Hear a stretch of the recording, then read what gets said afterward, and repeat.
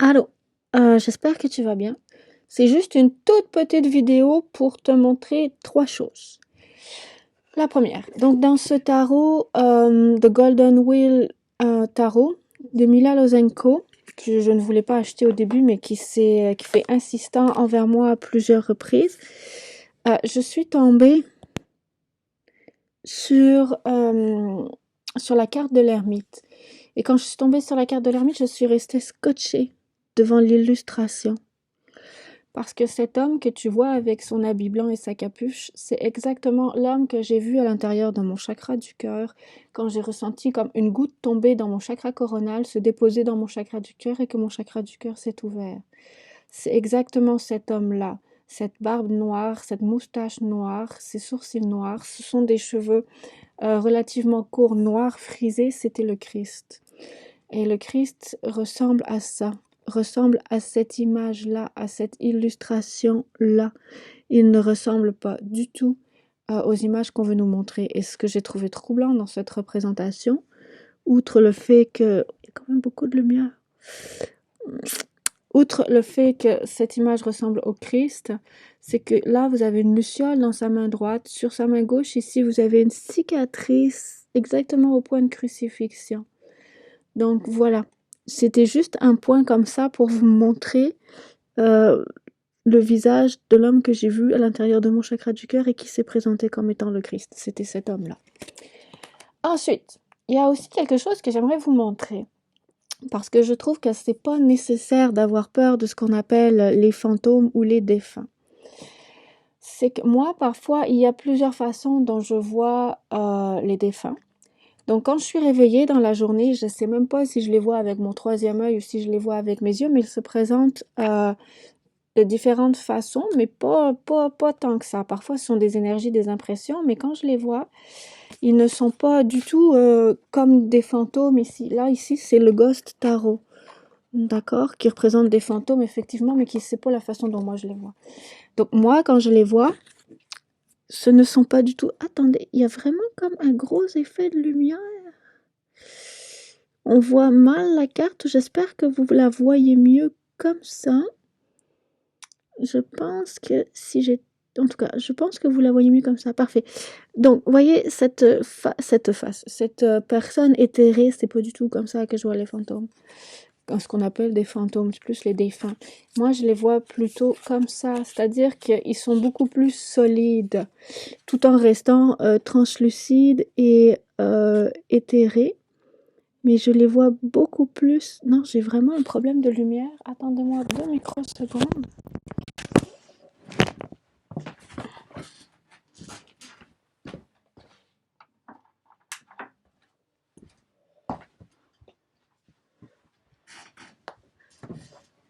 Ok, ça change pas grand-chose. C'est pas grave, on va faire avec. Donc, je les vois de façon plus solide. Donc, soit de couleur blanche, soit de couleur sépia, soit un peu gris, effectivement, mais beaucoup plus comme ça. Pas du tout comme ça, beaucoup plus comme ça. Voyez, comme la main ici, là, qui sort des nuages, comme ça, et qui tient l'épée. On voit le manche de l'épée à travers. Ça, c'est l'as d'épée du jeu de Ghost. On voit le manche de l'épée à travers, mais pas tant que ça. D'accord? Ils sont pas si éthérés que ça. Donc ça, c'est la façon dont moi je les vois quand ils se présentent à moi de jour. Pas du tout aussi transparent que ça. Vraiment pas. Ensuite, la nuit. Donc la nuit, quand je dors, quand je m'endors, parfois je navigue un peu dans ce qu'on appelle l'astral, c'est ça, l'astral. Et là, par contre, dans l'astral, quand je rencontre des défunts, ils sont pas du tout blancs ou éthérés comme ça, comme ceux que j'arrive à voir quand je suis réveillée. Ça, c'est le lever tarot. Oui, c'est un tarot sur les vampires, mais c'est pas ça qui m'intéresse. Ce qui m'intéresse, c'est que la façon dont sont représentés les vampires dans ce jeu, c'est en fait la façon dont la plupart des défunts dans le monde astral se présentent à moi. C'est la façon dont la plupart du temps je les vois. C'est quand je m'endors et quand je me réveille, parfois pendant une bonne partie de la nuit, je rencontre des gens dans mes rêves, mais je sais que c'est plus un voyage astral qu'un rêve. Et les gens que je rencontre sont en fait dans des espaces aussi glauques que ça. Ce sont pas des vampires, ce sont des êtres humains, des personnes décédées. Et oui, ils peuvent ressembler à ça. Parce que je ne pense pas que les effets de mode, ce soit la priorité. La priorité, c'est peut-être de se retrouver un petit peu dans ces endroits qui sont plus ou moins sombres et où la plupart du temps, ils ne savent pas où ils sont. D'accord? Bon, non, elle ressemble vraiment à un vampire, par exemple, mais parfois les gens peuvent quand même être aussi matériels que ça, hein. Il y en a qui apparaissent aussi comme ça, vraiment comme ça. C'est qui font aussi peur que ça, mais je veux dire, faut vraiment pas en avoir peur. C'est parce que eux-mêmes ont eu peur. Ça fait longtemps qu'ils sont là. Ils sont un petit peu en déconfiture, en décrépitude au niveau énergétique. Ils savent plus trop à quoi ressemble un être humain. Elle est en train de crier, par exemple, mais ça peut aussi être vraiment des visages un peu déformés, un peu non humains. Par contre, ce qu'il y a en commun, c'est cette couleur terne, triste, terreuse, gris, sombre que vous voyez sur cette carte-là, par exemple. Ça, c'est un trait typique. Euh, le sombre, le je sais plus à quoi je ressemble, je sais pas où je suis et je suis perdue, c'est une caractéristique typique des défunts que moi je vois au niveau de l'astral quand je m'endors et quand je me réveille. C'est je sais plus trop à quoi je ressemble, mais je suis là, je sais pas trop où je suis, je sais pas trop où je vais. C'est noir, c'est glauque, je sais pas trop quoi faire. D'ailleurs, il y a rien à faire, puis j'ai rien envie de faire. Tout ce que je fais, c'est la routine que je faisais avant de décéder parce que c'est comme ça que mon mental était programmé et le reste, je ne sais pas. Donc voilà.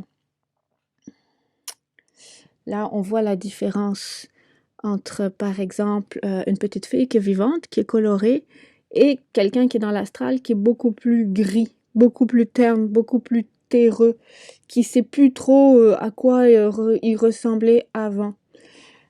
Puis si avant il détestait les enfants, ben, une fois décédé, il déteste toujours les enfants autant, ça, il n'y a aucun souci là-dessus. Quand on est décédé, c'est comme si on se figeait dans un espace-temps, dans une strate d'annales akashiques, et on ne sait pas qu'on est là et on ne sait pas en sortir. C'est ça. Par contre, juste à titre d'exemple, ce que vous pouvez faire, comment expliquer ça? Moi, par exemple, cette nuit, ce qui m'est arrivé, un rêve étrange, c'est que j'étais dans un endroit sombre, à côté d'un petit garçon qui voit son père, sa mère et sa petite sœur partir dans un ascenseur lumineux et lui, il reste là. Je ne sais pas pourquoi ce petit garçon est resté là. Tout ce que je sais, c'est que dans mon rêve, je l'ai pris par la main. On a monté un escalier. On est arrivé dans une pièce plutôt glauque et sombre avec un matelas pourri sur lequel il dormait.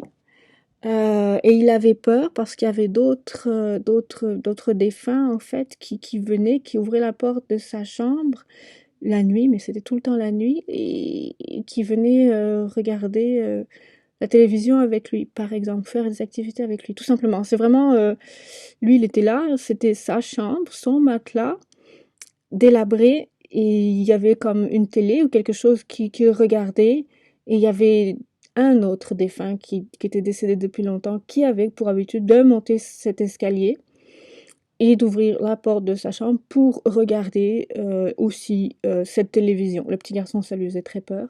Je ne sais pas pourquoi il a vu ses parents partir et que ses parents sont partis comme ça précipitamment en laissant derrière eux ce petit garçon, mais ils ont vu que j'étais à côté de lui et qu'ils ont vu que je le tenais par la main.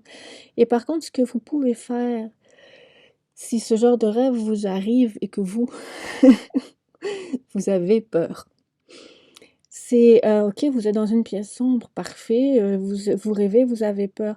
Ce que vous pouvez faire, c'est imaginer une porte qui s'ouvre dans le mur sur une pièce que vous connaissez, une pièce de votre enfance, une pièce où vous vous sentez bien, ou pas forcément d'être une pièce de votre enfance, mais Pouvez alors n'imaginez pas, faites comme vous le sentez, mais n'imaginez pas une porte qui ouvre sur votre chambre, s'il vous plaît. Essayez de pas faire ça. Mais je sais bien qu'on est dans un rêve là, mais c'est imaginez une porte dans le mur. On imagine une porte, on l'ouvre, puis pouf, on se retrouve à telle place, dans tel appartement, dans tel lieu que je connais et où je suis en sécurité et où je me sens en sécurité. Et c'est ce que j'ai fait et c'est là où j'ai amené le petit garçon avec moi, puis on a fermé la porte.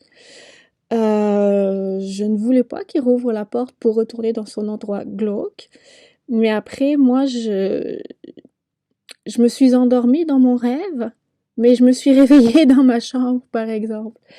Et je suppose, en fait, que ce qui se passe, c'est que quand on laisse un défunt comme ça, tu sais, qu'on le prend par la main, qu'on l'accompagne et qu'on le laisse dans un endroit où c'est une énergie de sécurité qui est tout autour de lui, c'est plus facile pour lui de ne plus avoir peur, de monter en vibration et de pouvoir être récupéré par ses guides de pure lumière divine unifiée ou par ses parents ou par quelqu'un d'autre.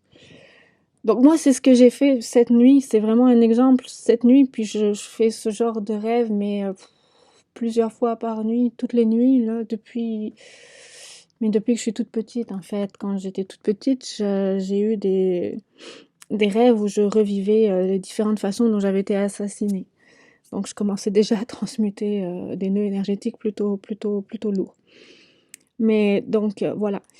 Donc, juste pour vous dire que oui, quand vous faites des voyages astro dans vos rêves, en fait, vous pensez que ce sont des rêves, mais ce ne sont pas des rêves. Oui, les personnes que vous allez voir, elles peuvent avoir l'air effrayantes, mais elles ne le sont pas. C'est juste qu'elles ont oublié comment c'était d'être vivant.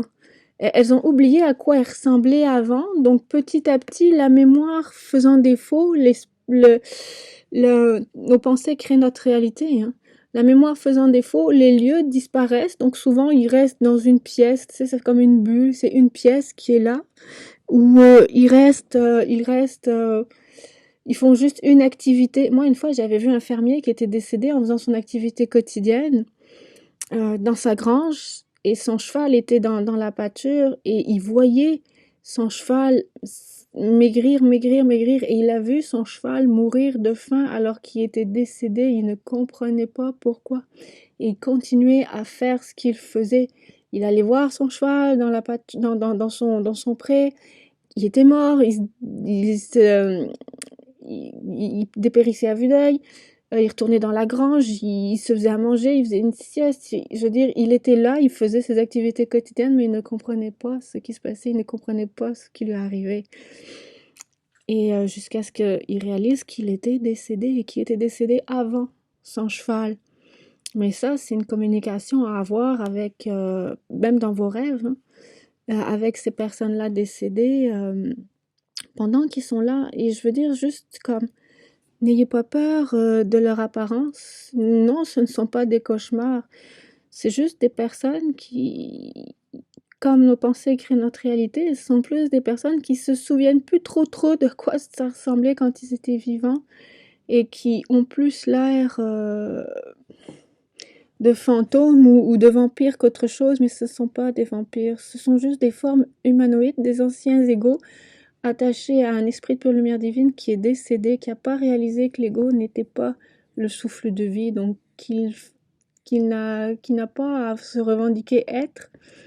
Et ils sont juste bloqués dans une strate de temps que des gens appellent les annales akashiques, dans une strate de vie. Et c'est ça. Dès que la personne réalise qu'elle est décédée, déjà, il y a une lumière qui se fait, une compréhension qui se fait. Et je suppose que des étapes ultérieures sont possibles, mais cela, je ne les connais pas encore. Tout ce que je sais, c'est que je navigue assez bien au niveau de l'astral depuis très très longtemps. Et que je me suis rendu compte de façon consciente depuis plusieurs années quand même maintenant que je voyais des personnes défuntes, mais plus souvent qu'autrement en blanc. C'est rare les masses sombres. Même quand ce sont des masses sombres, c'est pas éthéré comme ça, hein, c'est beaucoup plus dense que ça. Donc voilà.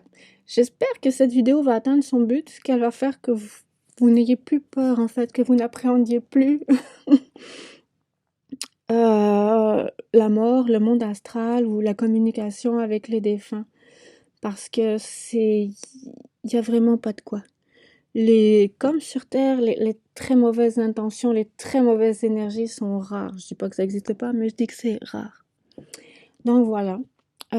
Si vous avez aimé ce genre de vidéo explicative et aussi sur le visage du Christ, juste dites-le moi en commentaire. S'il y a des sujets qui vous intéressent, qui vous interpellent, comme, je sais pas moi, la matrice lénale akashique, la transmutation, la protection, euh, que sais-je, juste mettez-le moi en commentaire et je répondrai à vos questions, soit par écrit, soit en vidéo. Voilà. Je vous souhaite juste une bonne journée et n'ayez plus peur et ne faites plus de cauchemars. Selon moi, ça ne sert à rien. Bonne journée.